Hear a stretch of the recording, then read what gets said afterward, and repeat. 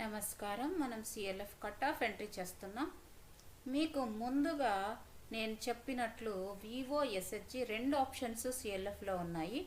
మీ సిఎల్ఎఫ్లో Vivo member అయితే Vivo loan, SHG member అయితే SHG loan.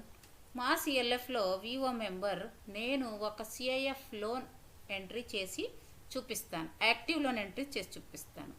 Active లోన్లో loan given to Vivo name select చేస్తాం. Loan account number ఇక్కడ ఇస్తాం.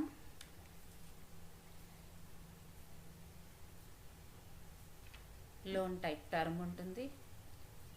Fund source community investment fund CIF. Loan disburse date entry చేసాం. 1 జనవరికి disburse అయింది మా loan. Loan amount 5 లక్షలు.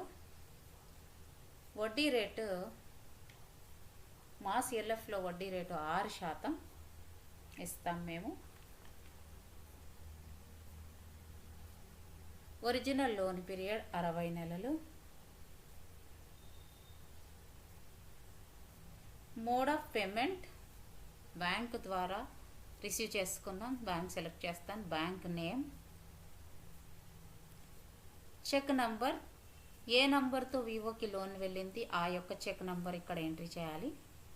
ప్రిన్సిపల్ రీపేడ్ 5 లక్షల రూపాయల్లో ఎంత అసలు కట్టింది, 2 లక్షల రూపాయలు చెల్లించింది. ఇక్కడ అవుట్ స్టాండింగ్ ఆటో క్యాలిక్యులేట్ అవుతుంది. ప్రిన్సిపల్ ఓవర్ డ్యూ కట్టాల్సిన ఆ నెలలో కట్టాల్సిన వాయిదా కట్టకపోతే ఓవర్ డ్యూలో ఎంటర్ చేస్తాం. ఇంట్రెస్ట్ ఓవర్ డ్యూ ఇక్కడ ఏమీ లేదు. Total overdue auto. Installment type next EMI date. Remaining period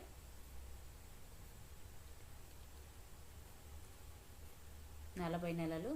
instalment amount, loan repayment, installment type,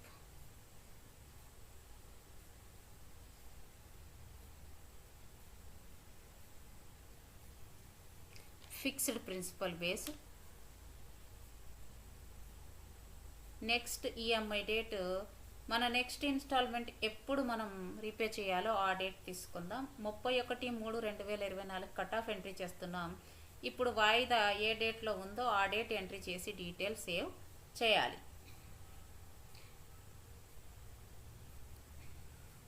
save చేద్దాం.